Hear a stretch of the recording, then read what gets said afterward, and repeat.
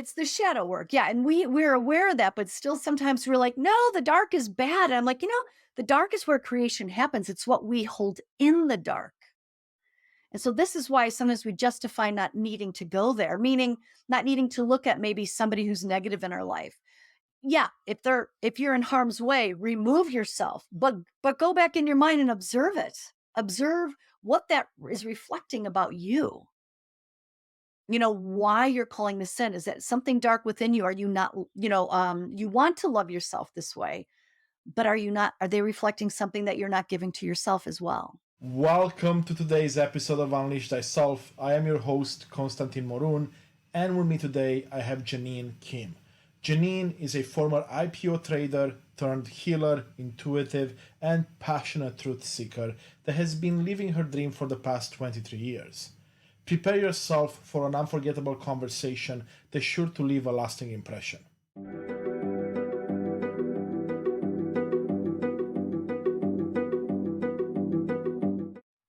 Welcome back to Unleash Thyself, the podcast that inspires and empowers you to unleash your full potential. I am thrilled to welcome Jeannine Kim to the show. Jeannine, we can't wait to hear more about the experience and insights that have led you to where you are today and your unleash moment, the moment you knew you are on your own path to becoming the best version of yourself. Jeannine, it's a pleasure. Thank you, Constantine. I love being here with you today. Thank you for having me. You're very welcome and thank you for joining us. So tell us where your journey started. Oh my goodness. Well, the exact moment where I left, where I've been with chasing that American dream was back in 2000, roughly. But it was all brewing before then. That was the main turning point, though, and I haven't looked back since. I've been living my dream and doing what I wanted to do really fully for the past 23 years. Yeah, but I've kind of been oriented this to my whole life. Lost my way a bit, but here I am today as a healer and intuitive and astrologer, working with people all over the world, and I love it. That's awesome. Okay, so let's then go back. I would say let's go before 2000. How did your journey start? Were you the type of kid like myself growing up and questioning why things are a certain way or if there's more to life, or did you have a normal childhood and then these things came to you a bit later in life? I've kind of been this way my whole life. I was one of those kids that I was in astronomy class, like the actual after class, after Mm. school that you get to choose to be in. And my friends are, out bike riding. And here I am, kind of me and just a couple other people looking at the stars. And I would always even like get little horoscopes. I'd look at the back of the newspaper or in my magazines. And I was always very spiritual as well. I was raised Catholic. I grew up in Chicago on the South Side, and the Catholic faith is very important in my family. And I still love so many aspects around what that brought me, to in my life personally, and then how I share that now. I've kind of grown beyond that, but when I was in it, I loved it. It was really a great focal point for me, but unlike a lot of the kids, I kinda had my own rhythm. Like, I always wanted to watch, like, the Easter special where, the crucifixion of Jesus, like, moving up to that when I was a young girl, like, I was drawn to this. And my family really wasn't overly, scripted on their religion. This was something that I did unto myself. So I always had, like, an internal dialogue with God, source, spirit, something beyond, but I've always been really curious too, where that comes from. It's just kind of in me.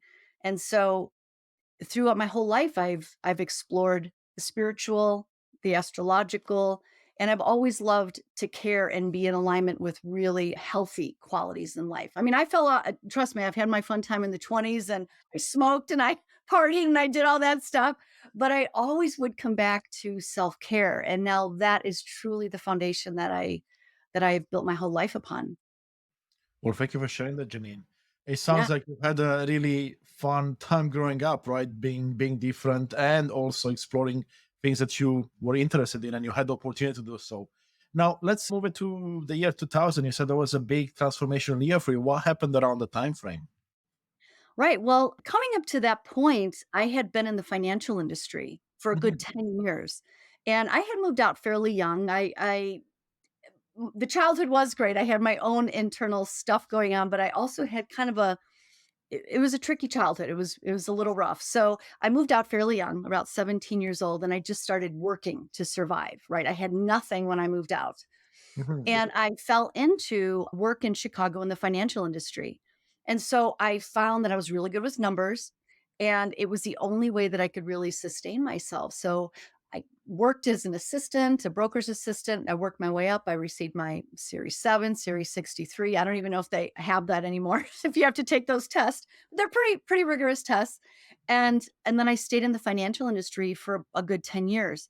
But it wasn't I was good at it and I was able to make money, but I wasn't on the side. I'm reading like, Shirley MacLaine books and Gary Zukov and Andrew Weil, like all these spiritual and holistically inclined people. That was my personal journey.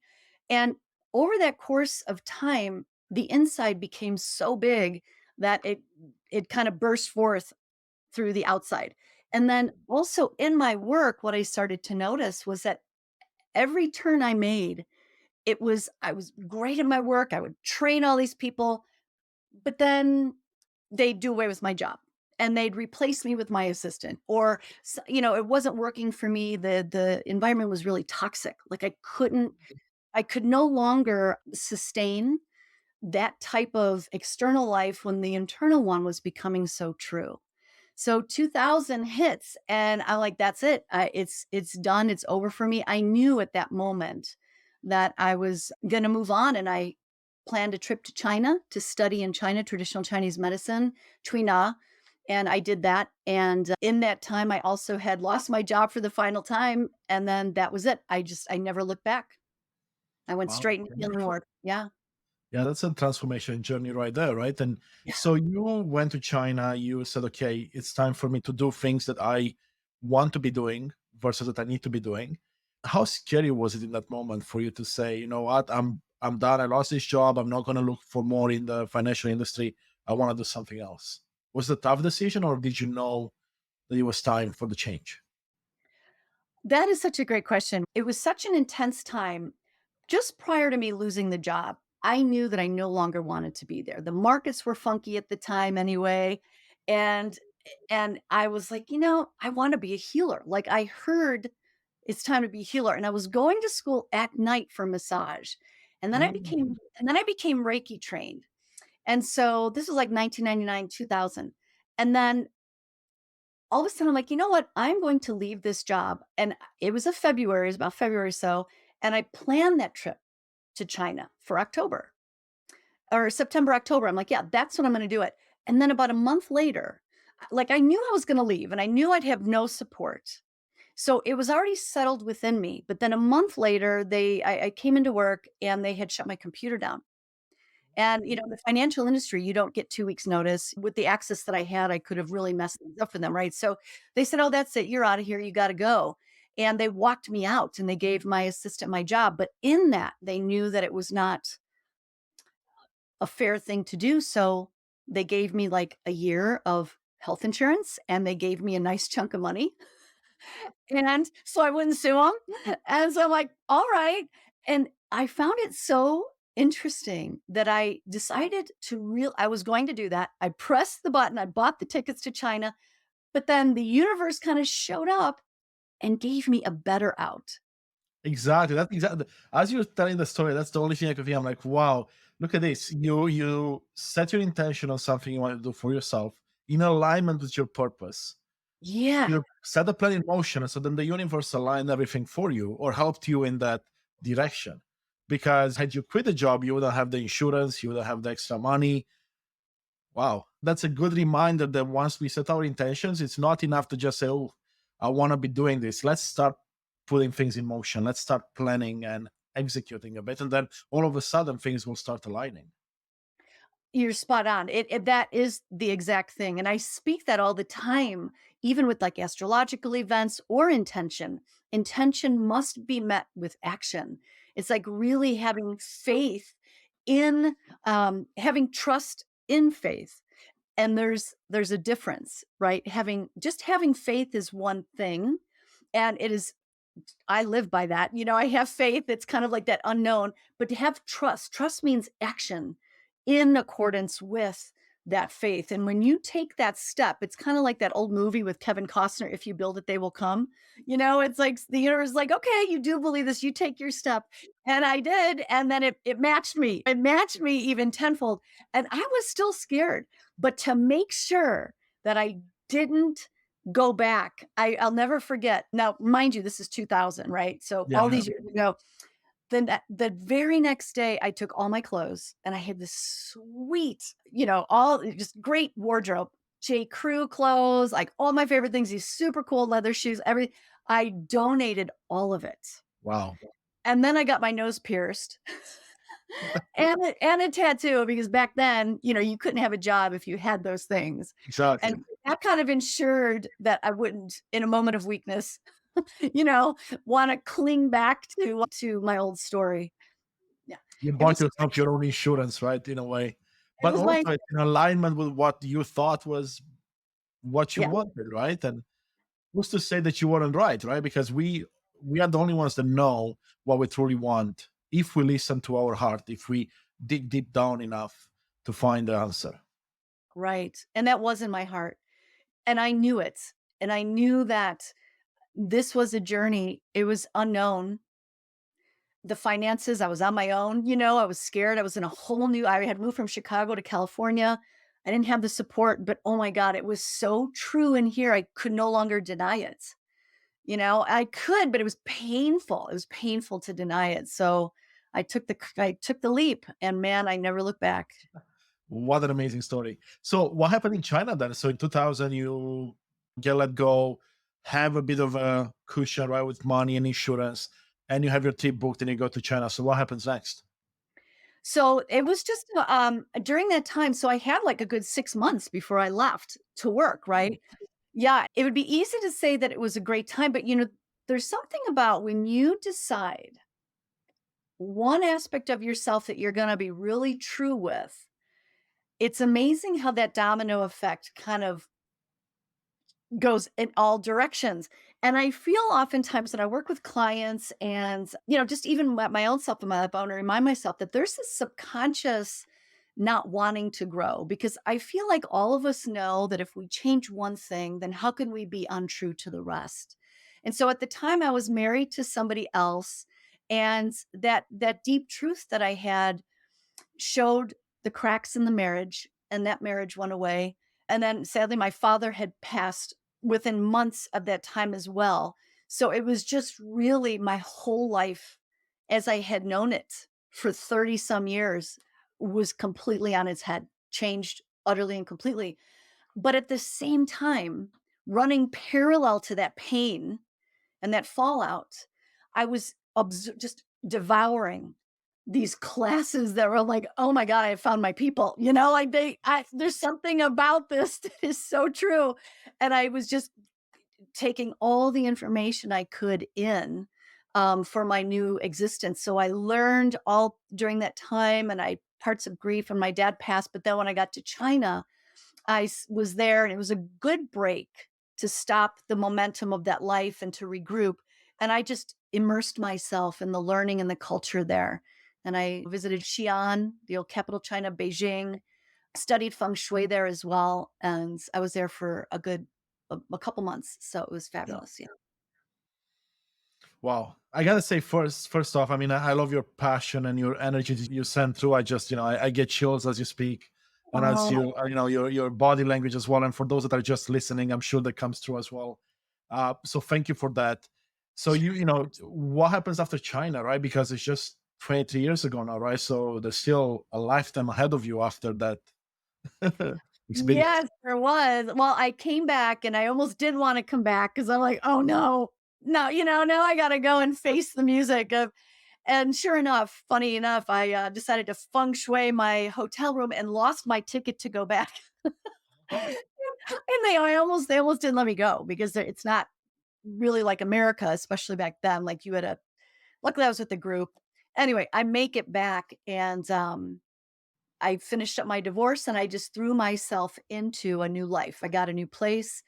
And within a month or two, the school that I was going to, the head of the school saw me speaking to a student. And I was just doing some kind of helpful work with one of the teachers. And he asked me if I wanted to be a teacher there. And there was like 7 people lined up from all over the world that wanted to come. It was an accredited massage school, which there was only 1 or 2 at the time in the world. One was in San Diego, Mueller Mhm. College, Holistic Studies, and then the other was in New York at the time. And a teacher was leaving. She recommended me. He said, "Jeannine, I want you to teach." I'm like, "All right." And that was it. And it's like things just kept, dare I say, magically falling into place. But I often say that if you get this far in life not being fully aligned, when you finally become fully aligned, can you imagine what comes into your life? And that is exactly what happened to me. Exactly. And then I became yoga certified. Anyway, all that I just immersed myself in learning and study and becoming my new self.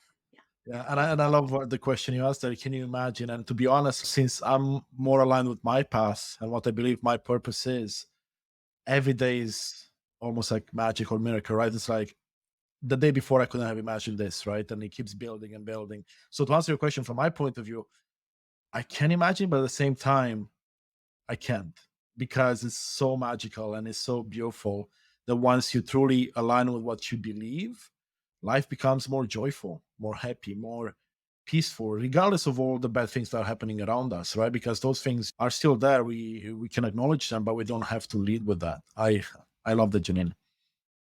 Thank you. And I love what you said too, that you can't imagine. I feel like we have to leave a little space and room for that unknown. And that is the scary part because we may oftentimes say, well, gosh, it's not going as we planned. And the whole point of it is exactly just kind of surf the wave of that. And I mean, but that's because you've never been on the path. That's why. And that's almost like the answer. That's the juice. Because if you did know what was happening next, then it would be an old path. Exactly. So it's almost like the idea, maybe if you know your destination, right? You know what your purpose is, what you feel down in your house, you kind of know where you want to go. Just enjoy the journey, right? The journey can take you in so many directions. But Right. even like your example, if you're aligned with yourself now, you're aligned with your journey, these things are starting to show up in your life. And you're like, wow, how could it happen? I never imagined that, like I would jump ahead of 7 other people and I'm given a chance like that. Or this person starts showing up in my life, or this group of people, or this abundance could be happiness, resources, right? It could be anything. That's exactly it. And I didn't know. To say that I knew, I didn't. All I kept doing was answering the call to what my heart was feeling in the now, Mhm. in the moment. And, coming from a life of the financial industry where it was a 9 to 5 job, I had my health insurance, I had money, I could count on things.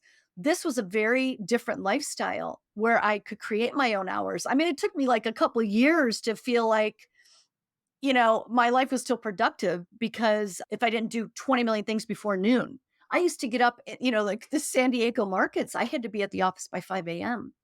And Yeah. so it was adjusting even the value of myself. It was really a rebirth.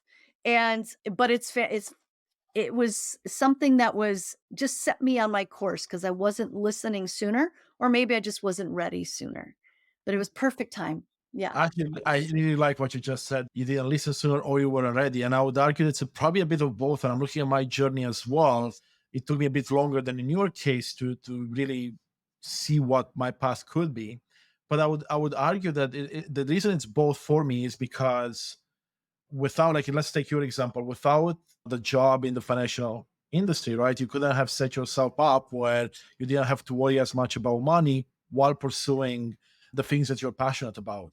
Because had you started your journey at 17, let's say, when you jumped into the financial market with what you're aligned at the soul level, it might have been a lot tougher because you would have not had access to the money, the insurance, maybe the people you've met in your life that essentially solidified the idea that, you know what, you need to be on your path. And that's the same way I look at my journey. And I'm like, while I wish I could have done it earlier, I'm like, well, I wasn't necessarily ready, right? I didn't have all the skills, all the information to make this decision that, you know what, even though I love my job in my corporate world, I still do it to this day. I can have an even bigger impact because of the work I'm doing here. now I can align myself more and find purpose in this, in podcasting and talking to people like yourself, and in my actual work. And that's what I find that the beauty in it is that I was, I was so regretful that I haven't started this earlier. But then I'm like, no, I wasn't ready, and I still have a lifetime ahead of me. Yes. You do, and it's something that when you start it, like, whenever that is, there is divine timing in it for sure, and then there's more of a fullness that you bring. I bet, like, for me as well, there was so much that I learned from the path that I was on there, and that I actually bring to the work that I do as a healer, as an intuitive. Like, I'm very, structured, believe it or not. Like, I mean, I was an IPO trader, and now I'm an intuitive healer and medium and astrologer. People are like, "Wait a minute," and a holistic health practitioner, but that structure allows for me to organize the gifts that I have, and so I really and I could relate. I could relate to people who've been on that path, and I feel like even with the work you're doing, you're like, "Hey, man, I was here too, I get you." And that in and of itself is the healing medicine right there. Absolutely, absolutely. It's like Yeah, we need a piece of each of these journeys to truly understand what's valuable for us, right? Because it's almost like the idea of polarity for me. If I don't know, if we only had good and we never had bad, then how do you right, know the good is good and how good right. it can be? So it's kind of the same idea, right? You're going, in your case, you went down two paths, you learned so many skills, you saw the dark side of going down that path, the dark side meaning, what it does to your soul and your happiness and your joy, Right. and then you said, you know what? I've had all this information, all these skills I've acquired. Now I can do something else when I can truly feel like myself, inspire and empower others on this journey as well. And that's powerful. It is powerful, and what I'm as you're speaking, I'm reminded too that, sometimes we have some conditioning or just even some beliefs that are just ingrained, maybe not as thick as major conditioning, but it's so great to know that we're exhausting those and to not feel shame around that.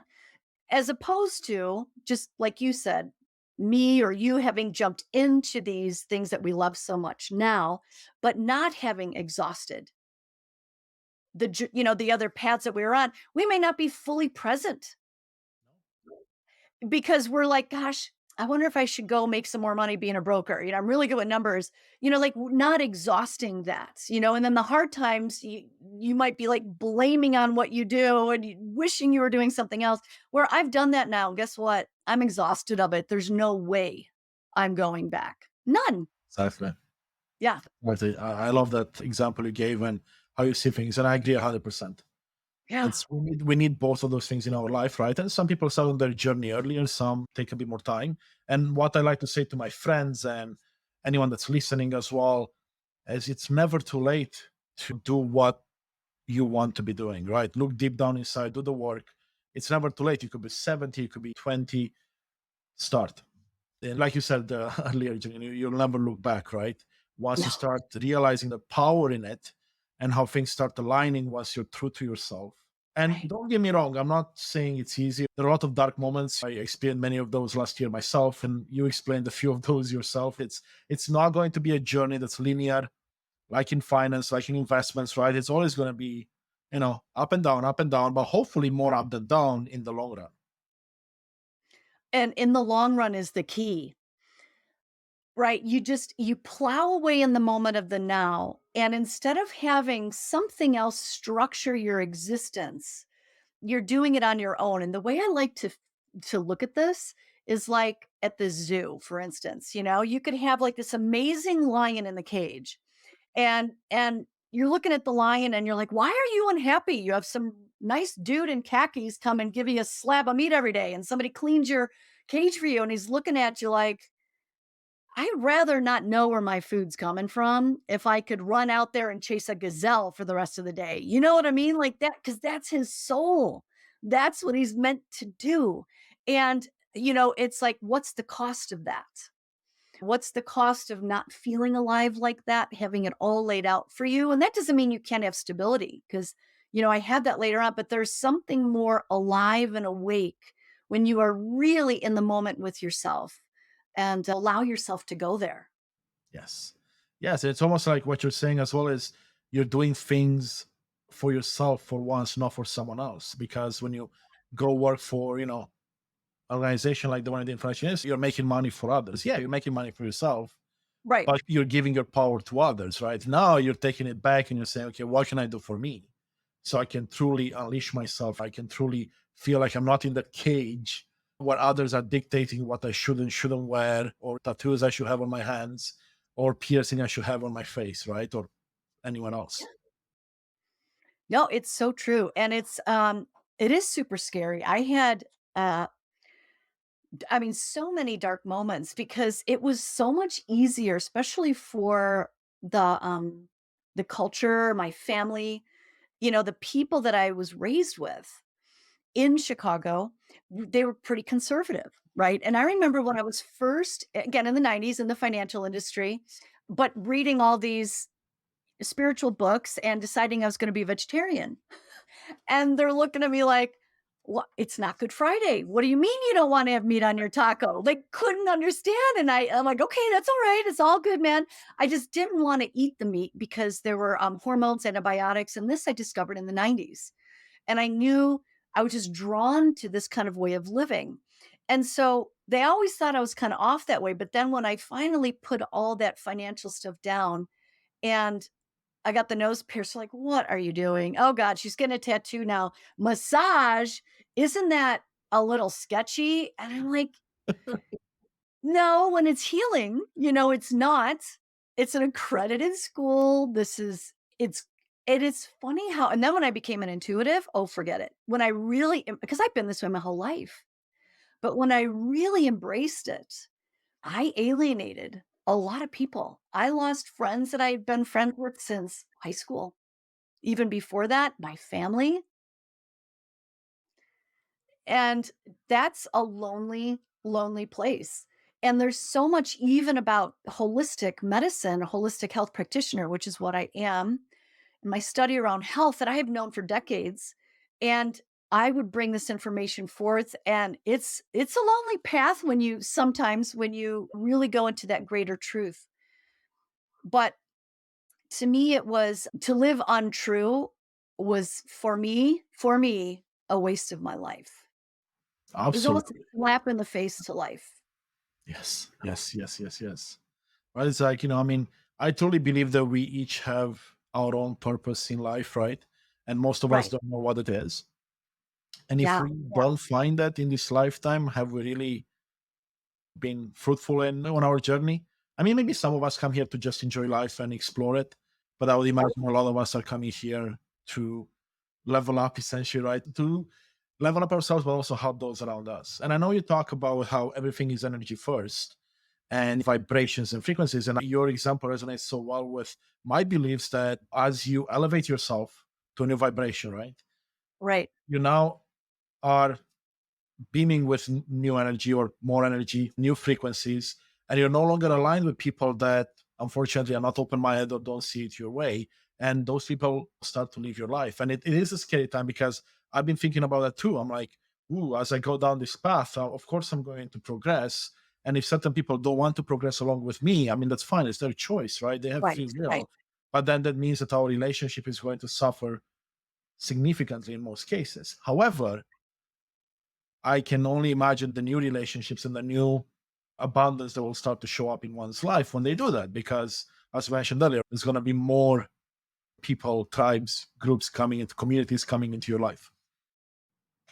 Right, and giving yourself that constant reminder, that was everything, right? I mean, just what you're saying now is just saying it's coming, it is going to be here, and again, if we manifested this much stuff being not fully aligned, imagine what you're gonna draw to you when you are completely aligned, and a fun way to look at it is, like, when I speak of healing and how you said everything is energy first and the chakras in our body, each there's, like, 7 of the main chakras in our system, and so there's that third chakra, which is really a place where we integrate who we are with the outer world and the outer world with who we are. Think of when we eat food, right? It goes in, that third chakra's in the belly, digest the food, and it becomes us.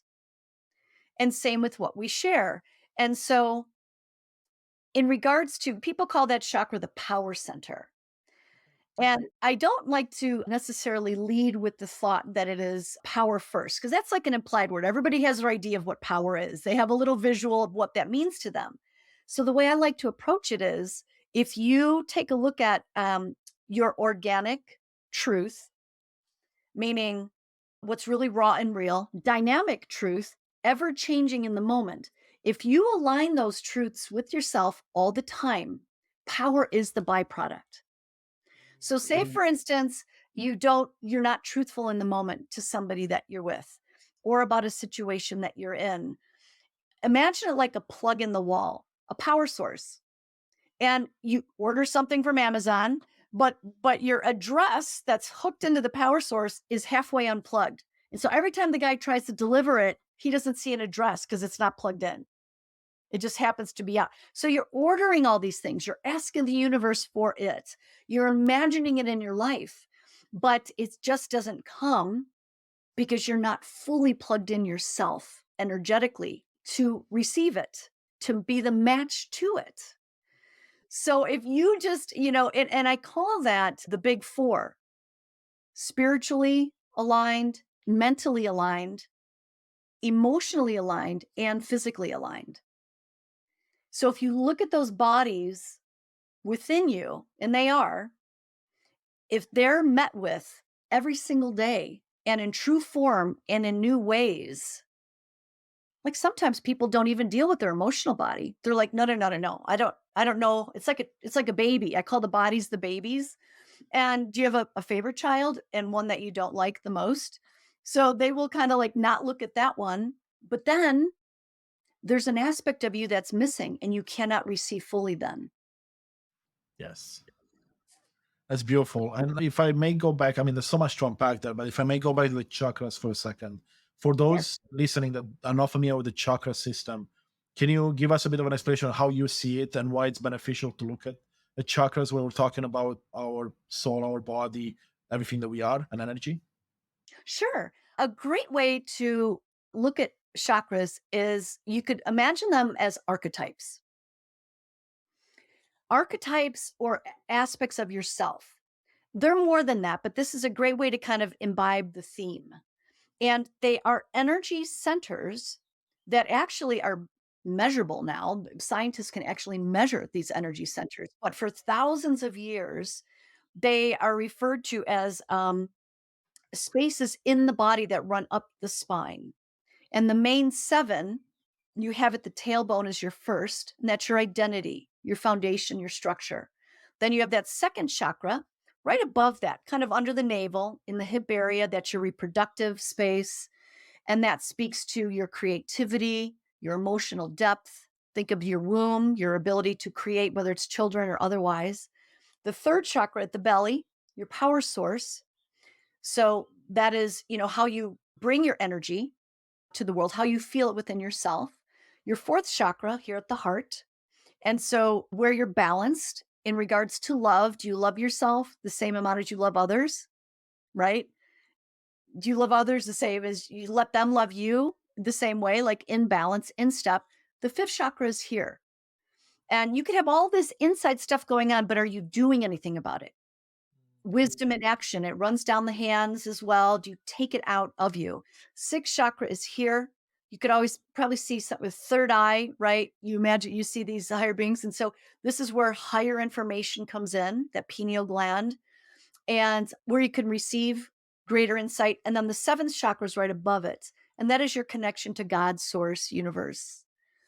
But all these energies, because we're all energy first, they speak to the holograph that is our physical body. So, as a healer, when I look at these spaces, where is one really strong? Where is one a little less? And you could often see their organs responding the same way, or that archetype or theme in their life is something that they're working on.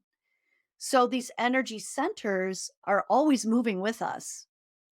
And they just really help us to understand who we are as a whole being. And there's traditional Chinese medicine, Ayurvedic medicine, and other cultures that base their healing practices off of these energy centers as well. Well, thank you, Jane. That was so beautifully explained. It's actually the best explanation I've heard for the chakras. And Great. it's Thank something you. that, to be honest, until about last year around this time, I've never heard of chakras. And doing more research since then and having conversations with you and others, it's opening my mind even more to the power that resides within us and within these centers that we don't even realize. Yeah, there's so much there. And when you go back historically, even if with martial arts and yogi, like they speak of in yogic tradition, like the mula bandhas, the different bandhas, and these are energy locks in the system that you could use. And then in martial arts, you could see that martial artists use like the Wei Chi, WEI Chi, and there's different areas within them as well that they could use the energy to they harness the energy, and you could even see you could even check on YouTube. I've seen it where they ball up the energy and throw it against a balloon, and the balloon buoys in. Like, you could see it actually happen. It's phenomenal. But this is how they use that energy to break boards, to move, through their martial art practice. It's incredible. So this has been around for a long time, and then it's just kind of, you know, new cultures are starting to understand it. So we're Yeah. taking it out of something that's silly and bringing it forth to medicine. Yes. So how do you combine the chakras with astrology, with the mediumship, with everything that you do to help yourself and of course those around your family, but also clients and customers that you work with? That's a great question. Well, I do speak that everything is energy first. And so I see the chakras, like when I work with an individual and I see where there may be blocks within them energetically. And that usually describes something going on physically. Like, for instance, I could read somebody and I close my eyes when I do my readings and I'll see, oh my gosh, I see something happening in this chakra. And they said, my left hip has been killing me for a long time. So I could see where the themes are. And so then what I do is I'm like, oh, interesting, that means something because the archetype story of that second chakra is about creativity. It's about a deeper love, a deeper emotion. So, what's going on with them there? Do they feel supported? Mhm. Because we don't just want to work with somebody from an intellectual perspective. We want to, when I work with the energies, whether it's through the stars or through the chakras, I get to the base, the root of their problem. Because, if we just answer to the top of it, we don't really get to the root of it at all. And so having these other modalities to access allows me to really help them in a whole way. Awesome. Okay. Can you give us an example of someone you've helped maybe recently or someone that's really, was working with them, you realize the power you have, but also the power that's in the universe and through these tools? Some big aha moments like, wow, yeah, this is truly what I should be doing. Sure, I could give you a couple examples. One of them is my own, which is really interesting. Like years ago, when I was doing I started my yoga practice full blown in the 90s. And then I moved through that hard time that I had mentioned. Mhm. I left the financial industry, left Chicago, was living in California, which wasn't all that hard. California's an easy place to live. I love it. It was when I was there. And then I also did I had the divorce at the time as well. My father passed. So this is all in 1 year. Like in a matter of months this has happened for me. And so I wasn't doing yoga. I couldn't at the time. We were preparing, my father was passing away and he had 4 weeks from the time they found out he had cancer till when he died. So I wasn't doing any sort of my yoga practice at all.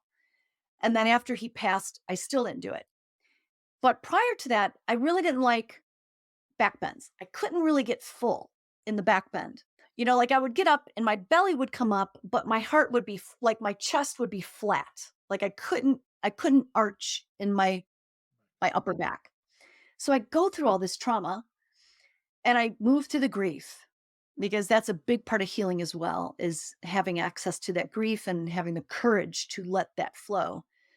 And then I got back into my yoga practice and I'm thinking, oh my gosh, this is like 2 months later. I'm like, this is going to be bad. This is really going to be bad. And I'm not going to be able. And sure enough, she did a back bend in the class and I popped up like I never have before. My whole back, it was almost like something in my mid back had just become more flexible. So all the grief, all the crying, all the sadness completely opened my heart. You know how they say wherever you crack open, that's where the light comes in? I see grief and hardship as something that uncorks ancient sadness, family sadness, sadness you didn't have time to deal with before.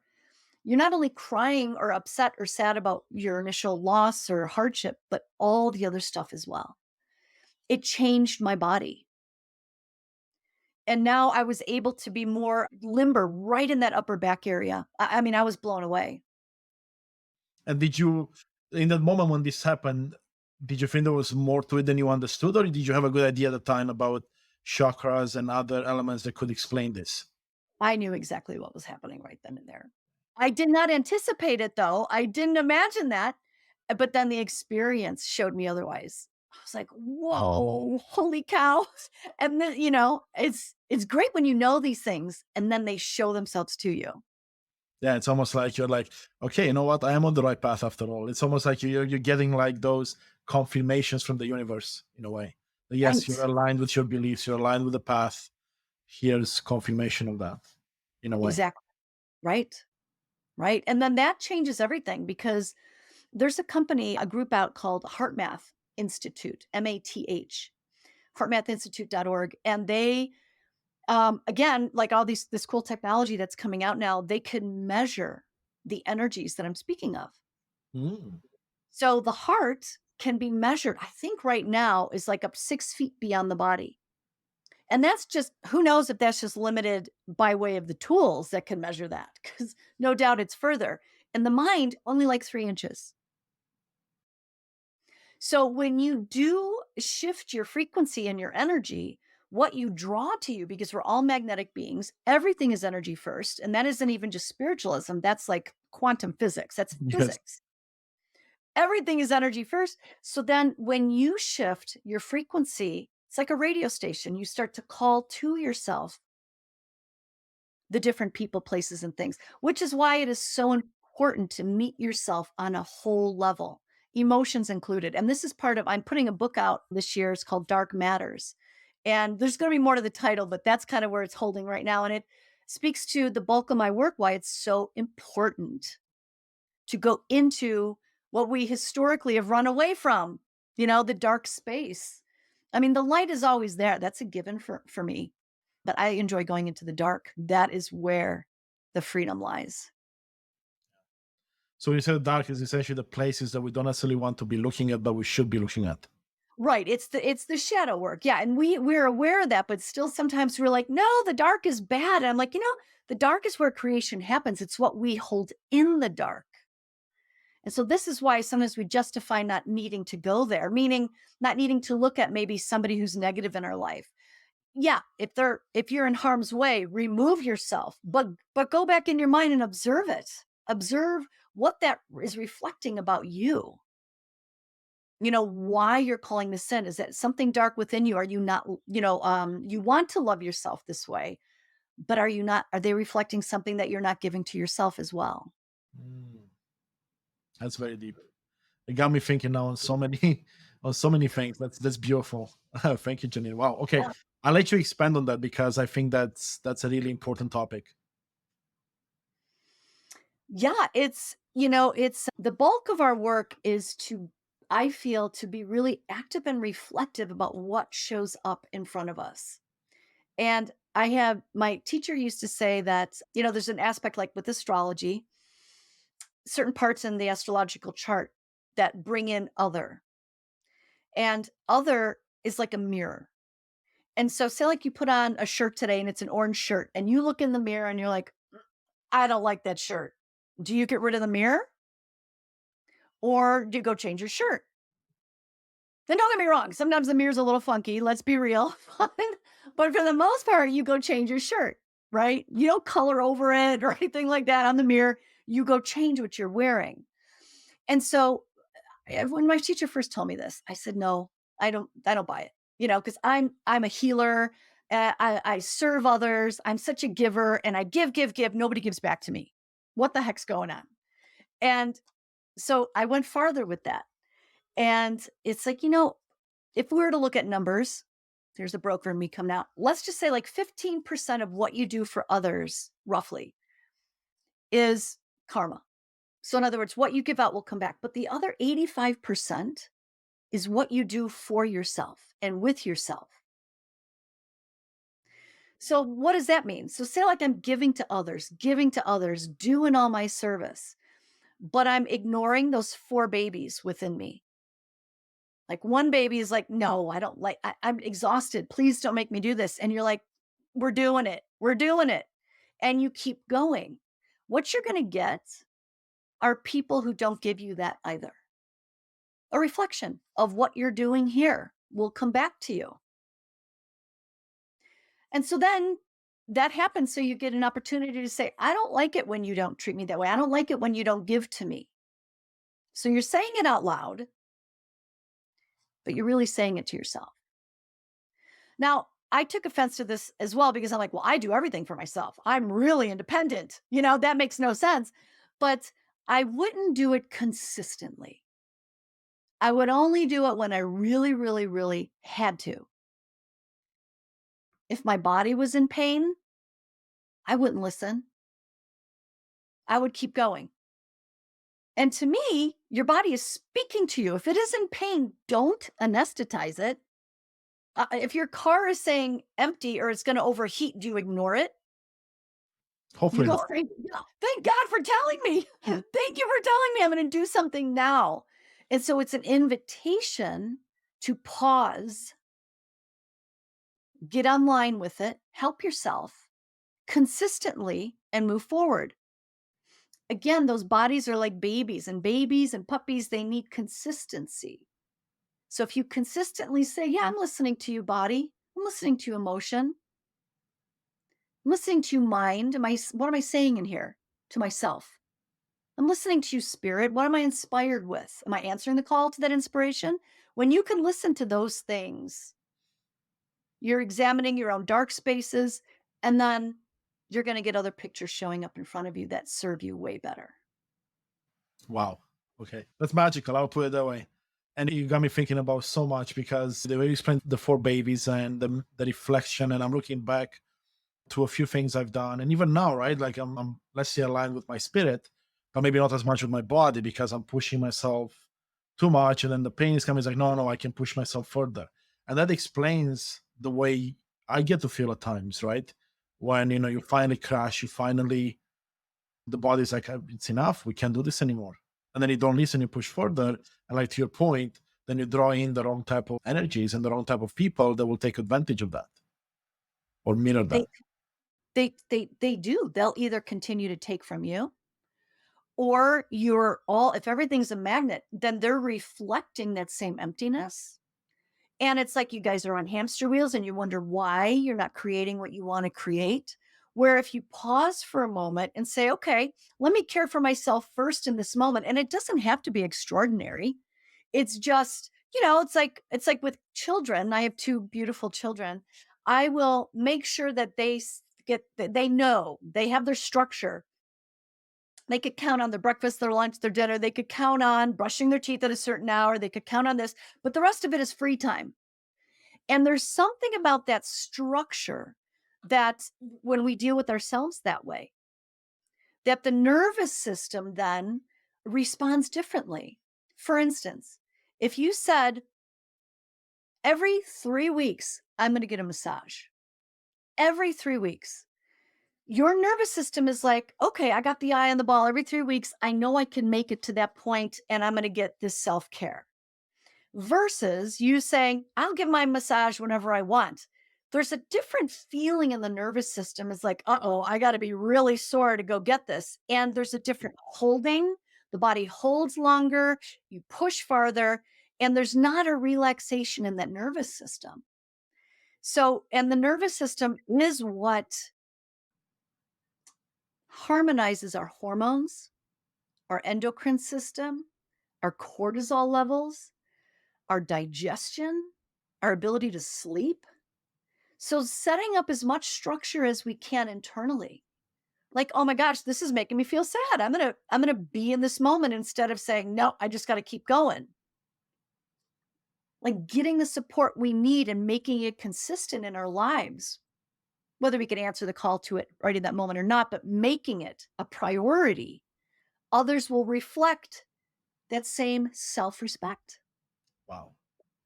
Wow. Yeah. So if I understand this correct, it's almost like you hear people say, oh, you got to listen to your gut feeling, right? You got to listen to your intuition. But it's beyond that, right? It's beyond, it's like you got to listen to your body, you got to listen to your emotions, to your spirituality, your higher self, which could be your intuition, could be your gut feeling. It's just, we are not, I guess, conditioned or taught how to listen to all these parts of us. And I think the second part you brought up is the idea that to give yourself time to listen to those Yes. components. Give yourself the time and the space. It's like Picasso would say, you know, if you want to be a great painter, every day you got to create space to paint, whether you do it or not. It's penciled into your day. You're building a relationship with these layers of yourself. And if you were building like, for instance, if I had somebody to come watch my child, or, you know, if I want to make a friendship or dating or something like that, even though I'm married, but if I'm dating, I'm not just going to sit there and not hit, you know, trust is what's important. And what creates trust is continuity. It's a continuum, it's consistency. And so where do you trust yourself on the inside? And, you know, this is oftentimes how people don't trust that gut feeling because they don't have a trusting relationship with themselves in this way. And just speaking to my upbringing, you know, coming from the Midwest, my ancestors struggle and survive, and I did as well when I moved out. And the mental attitude there, that conditioned mental attitude, was you just keep going. You just keep going until, you know, the harder you work, and if you collapse, whoa, yay, you worked so hard and you collapsed. Well, look at how that's playing out. It's not working. Look at these children that are being born right now that are asking us collectively to slow it down and pay attention. There's only so long we could do that. And it's showing, and we have the awareness now that we could move this forward in such a lovely, supportive way for each other. You know, and by way of ourselves, and move more into thrive mode than survival mode. And so the conditioning is tricky because, you know, same thing. I'm like, oh my God, if I'm not doing 400 things in a day, I'm lazy. Yeah, that's That's how I was raised, right? And don't get me wrong, I'm anything but lazy, but because I've got issues around that. Like, I work very hard on trying to give myself time and space. And when I do, oh my goodness, my world is less chaotic. The people that come in are more solid and quality instead of quantity experiences. yes. Well, that's such a powerful and important message at this point in time. And as I said, got me thinking about so many things, and I need to come back and rewatch this myself to pick up all the beautiful pieces of wisdom you shared there. And it sounds to me that, you know, that the answer, I mean, the answer can be many things, but one of them could be to take a step back and acknowledge those parts of you that you may have been ignoring, right? To take a step back and maybe enjoy the moment a bit more, maybe enjoy the journey and not worry about the destination as much. And maybe I'm extrapolating that from what you said, but that's kind of like the message I'm receiving from the beautiful words you're sending. And to not focus on one part of yourself and ignore the others just because you have a goal or a target or a newfound passion, like in my example. Exactly. And wherever you go, there you are energetically. And so, especially when you're moving forward, and it doesn't have to be these quantum big ideas of, you know, where we're going to go on the horizon. I mean, in every moment, wherever you go, there you are. Are you taking your whole self with you? Or are you just taking pieces of yourself? Because that's the frequency you're going to be putting out there that's going to come your way. And so, you know, I get it. You know, this could sound really big and lofty. And oh my gosh, it sounds easy when you have money, time, and space to act this way. But if we do want to shift it from survival to thrive, it doesn't have to, you don't need all those things. You could just meet your relationships this way. Like the little moments, like when you wake up in the morning, give yourself time. Like you said, you're going to go walk, you know, we had a little chat earlier. You're going to go walk your dog later, right? Your dogs, you know, create a little extra space for yourself. If maybe a dynamic wasn't working well for you, speak up and say, you know, this isn't working for me. I can't, or I can no longer be this way. or I need to feel this, or I don't like that. A friend wants to go out. No, I don't want to. It could be little steps. Sure, that friendship might go away, right? Remember, but you're breaking through to a new world because the old one is tiring and exhausting. And that is the one that you're shedding. So it's up to all of us to take those first steps to break through, to release what has been. Yes, and I see so many people in my immediate life, and of course, people I work with and beyond. And this is a feeling that we see across the board, right? That you're on the hamster wheel, to use your analogy from earlier. You're going non-stop, and to what end? Because very few people are happy, right? I Very know. few people are healthy or fully healthy, right? Very few people are mentally stimulated what they can find joy in things that they do beyond just something once in a blue moon, like the example you gave, when you don't have structure, and you maybe sometimes I'll get a massage or a pedicure, or maybe sometimes I'll do something nice for myself, right? Right. And it doesn't have to cost that much. You don't have to go get like a pay money for this or that or massage. I mean, yeah, penciling that in, but even just saying, I'm going to take a day where there's nothing that's filling me up, nothing that's distracting me even from my needs. So, creating that empty space by releasing technology or releasing relationships, understanding why we're defined by these things anyway. Again, that new world and our new paths come from the inside out, not the outside in. What I like about it as well, it kind of brings me back to the idea and the quote you have on your website and profile, the message that Gandhi said: be the change you wish to see in the world. And if you start doing those things, all of a sudden, imagine the beauty you'll find within, but also the impact you'll have on those around you. It is so true. It's like you are the get out of jail free card. You give them permission. And those that fall away, like when we were chatting before, they may not agree with you. And, like for me, I really align to a bigger source, a spiritual source, and the God source. And if I want to be an instrument of that truth, then something is coming through me. Where does that truth come from anyway?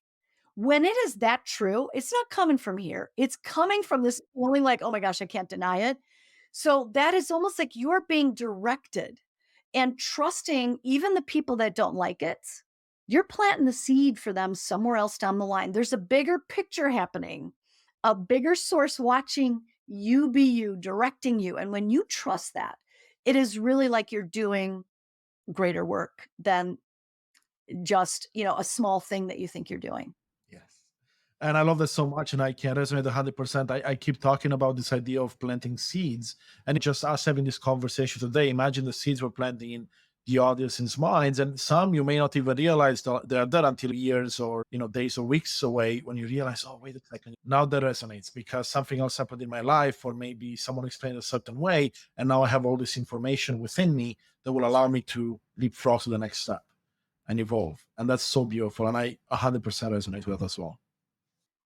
I love that. I remember we had that conversation, the constant gardener, and your name is Constantine. I love it. So you are the constant gardener, and it is planting the seeds. And that's the beauty of trusting and then just letting the chips fall where they may. And that takes faith, right? That takes that trust in who you are, just letting your truth and your light shine and doing that work yourself inspires people just by who you are, not necessarily what you're doing, but who you are for sure.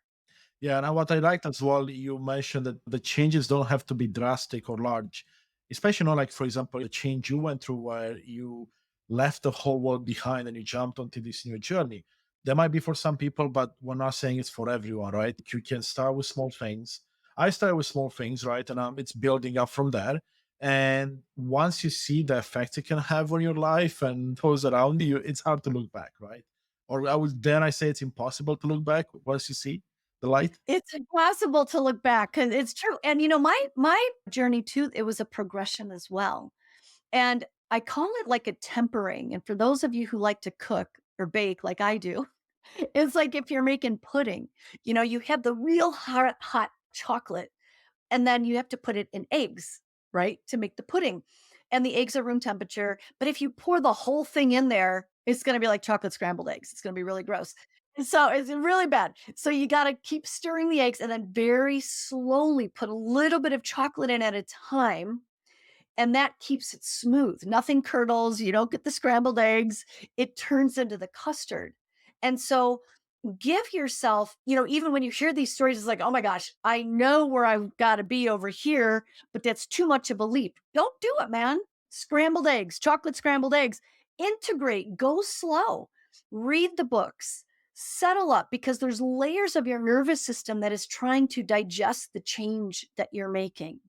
And you're also exhausting some old beliefs. So let yourself exhaust them so that when you do move forward, you're fully immersed and not wondering, oh, maybe I should have stayed there. Maybe I should exhaust it, become utterly sick of it before you move forward.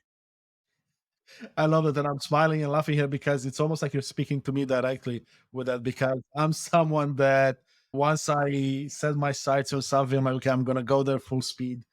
And a message that I keep hearing, talking to people like yourself, but also internally is the idea just slow down, smell the flowers, enjoy the moment. It's not all about the destination, it's actually about the journey ahead. And it's like, don't force it, don't push too much. And I love the analogy with the nervous system, or not the example, that you gotta give your body time and your mind, your spirit, whatever, to catch up with the changes you're making and to truly integrate. That's well, thank you for that because, as I said, that spoke directly to me, and I'm sure it spoke to many Yeah, people listening to this. Well, Janine, I sorry, go ahead. No, I love it. And now just to wrap it up, that is the actual term of the somatic experience. Fancy word for mind body connection. We speak about this mind body. We see it all the time. Remember those three bodies, those etheric, spiritual, mental, emotional? Etheric. The physical body is the hard body, right? The dense body. But when you let yourself catch up mentally, spiritually, emotionally, then you create a whole different physical body. And the ailments that you were going to get when you were clamped down in the other life go away because that's pathology. That's an energetic pathology that goes to the body. It's like a pathway. If you're clamped up over here, it's going to physically show up over here. But when you blossom over here and you let yourself settle in, the body responds. That's how you become healthier, more healed, more balanced because you're balancing the insides as well. So, yeah, that's all I Wow. wanted to say. Okay, that's perfect to wrap that part up. And I know, I mean, I honestly I could talk with you for hours here. We could have the longest podcast in history. But before we try to wrap up our conversation, I want to ask you two questions, and I'm Yes. curious to see how you approach this. There is no wrong or right answer for this, and it has to do with time travel, right? We the first one is we go back in time 10 years. So 10 years ago, you can meet your younger self, and you can give yourself one piece of advice that will help you on this journey. What would it be? Trust yourself more. Beautiful. I don't want to add anything else to that. So let's now travel to the future. So 10 years from now, you see all the beautiful impact you've done, how you grew your business, the impact on the people you've made, but also the impact the book you are creating is going to have in the world. And you get to sit down with your future self for 15 minutes, a quick mentoring session, and you can bring one insight or advice or anything to the present. What would it be? It's a couple things that are Mhm. coming to Both, me. both, both. Slow down, divine timing, and just love yourself a little bit more. Powerful. Three things I haven't been doing enough of, and I need to include more in my life as well.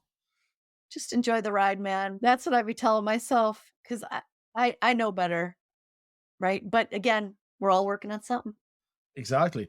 And that actually, that's funny you mentioned it because I was going to bring something up, the idea that even though you've been on this journey for 23, well, more than 23 years, for a lifetime essentially, there are still many things you can be working on and you can continue working on, right? Because this journey is never over. And why would you want it to be over? Because you're learning and growing so much through this.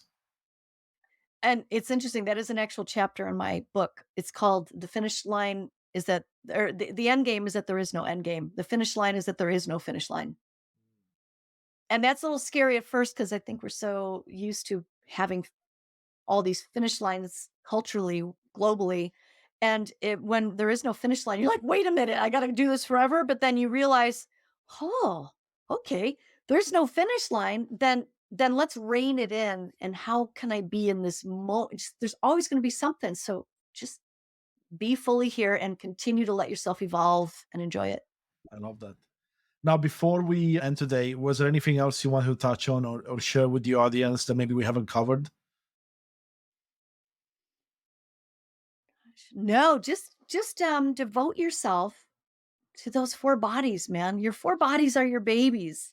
And do you have a favorite child? Do you have a black sheep? And what I like to say is when justice for all is taken care of in here, then justice for all will be seen out there as well. Beautiful. Can I ask you, if you may, remind us about the 4 bodies and maybe give us a couple of examples where we can start to take care of each of the 4?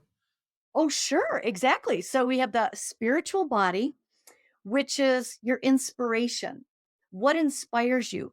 Also, do you sit and connect to spirit? What is spirit to you? God's source, the universe. Do you get quiet and connect maybe with the feeling tone of nature? Or is it your children or a dog? What brings you a candle, incense? Like creating that space, and then what inspires you?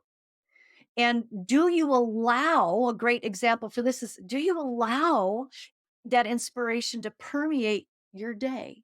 So maybe every day pick something that inspires you and hold on to it. Take it with you everywhere you go, like you bring your kid to work day, right? And so that's the spiritual body. And you're gonna bring it to work and bring it everywhere in your relationships and everything.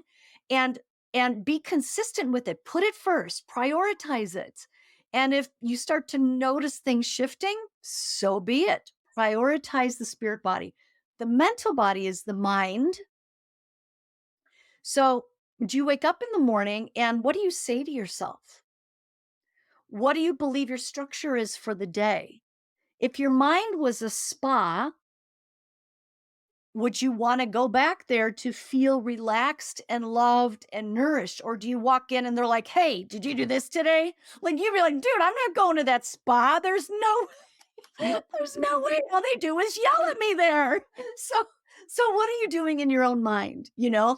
And is it where did some of these old beliefs that just keep playing around over and over and over again? Where do they come from?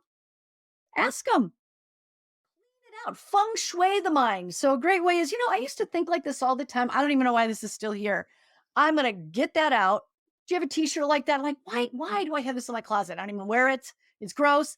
Get rid of it, make space, and then reformat because the mind is reformatable.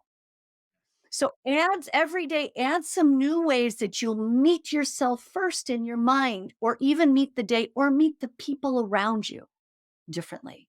Okay. Your expectations for who's going to come in, your mind is magnetic, do it that way. Okay.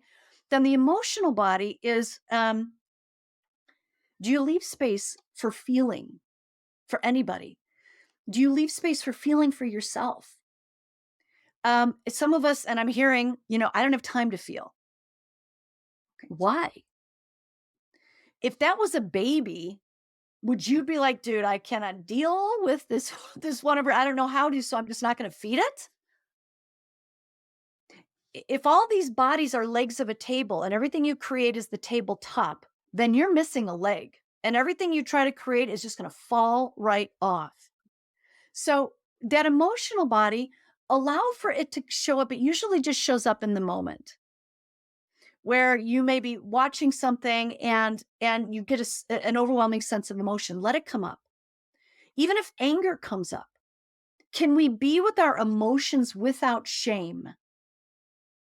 Most times there's a heaping dollop of shame, and then you don't even get to the base emotion to work with because you're too busy working with the shame of the emotion that wants to be met. Like when I grew up, oh no, are you a big crybaby? This is what I heard growing up. And so yeah, I could be tough skinned, throw me in a nest of guys in the 90s in a brokerage room, and I could keep up with the best of them. Was it healthy? No. Getting name called and all this other stuff? No. That's emotionally impactful. That's hurtful. And so where can you rise to something? And people will say, "Oh gosh, you're sensitive." And as if it's negative. And the way I look at sensitive is really present. So if somebody says that, say, "Yeah, I'm really present and I sense something and it doesn't feel right." So express the emotions, whether the emotions are coming up or somebody's coming at you for your emotions, express the need to prioritize that in your life. I'm gonna ask you this specifically. So if the emotion is anger and the anger hurts the other people, right? Because the Yes, emotion comes out, what would you say to that? Are we still to allow the emotion to come out if it's hurtful to others or even oneself? right. Well, the caveat I always share with my kids and myself is that anger isn't negative unless it hurts somebody else or yourself.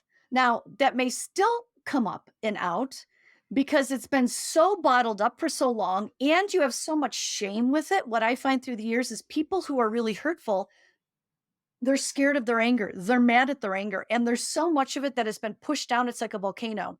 Mm, When it feels an out, it's all going to come shooting out. You know what I mean? Because it's just got the first time it feels the out.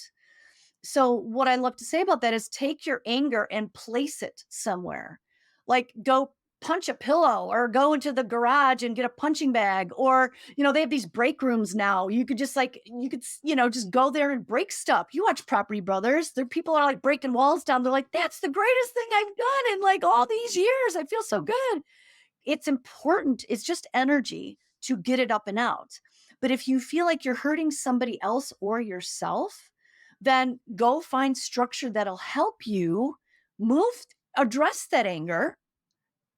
The point is, most of us, we won't go find help to address the anger because it's too much. yes. We don't even want to look at it. We're like, no, we're having a good day. Why would I want to go unleash that thing? It's like, it's exact. If you're having a good day, go to a safe container that could say, let's explore the anger today. It's like a volcano. You're letting it come out little by little instead of an explosion. So the pressure doesn't build up, essentially. That's exactly it. So just dark matters. Go explore that dark within. Where does it come from, man? Most times it's because it's not allowed to be. It's like a child. You don't listen to it, it's going to have a meltdown. But if you listen to it a little along the way and you're consistent with it, it's like, hey, mom needs a moment. I'm going to let her have the moment because I know she checks in with me daily. Beautiful. And then the physical body is, of course, this bugger here asking you. Your body is like you just went to a different country and you don't speak the language. That doesn't mean it's not intelligent. That doesn't mean it's not talking to you. My invitation is don't numb anything. You can, but it's going to just pump up the volume. It's going to keep turning it up. It's a gift. The messages from the body are a gift. Run to it, run to them. Again, we've been oriented. No, if you feel something, let's hurry up and put a band aid on it. Let's make that go away. But the dark matters, man. What are the dark? The roots. I know most of us just like to look at a flower and look at the pretty upper part and we're like, "Ooh, let's cut the roots off." But if a tree is sick, you go to the roots. So go to the root of that physical ailment, get structure, a holistic structure. Because keep in mind that the body is an amalgamation of all the others, spirit, mental, emotional together. Yes, yes, yes. Beautiful.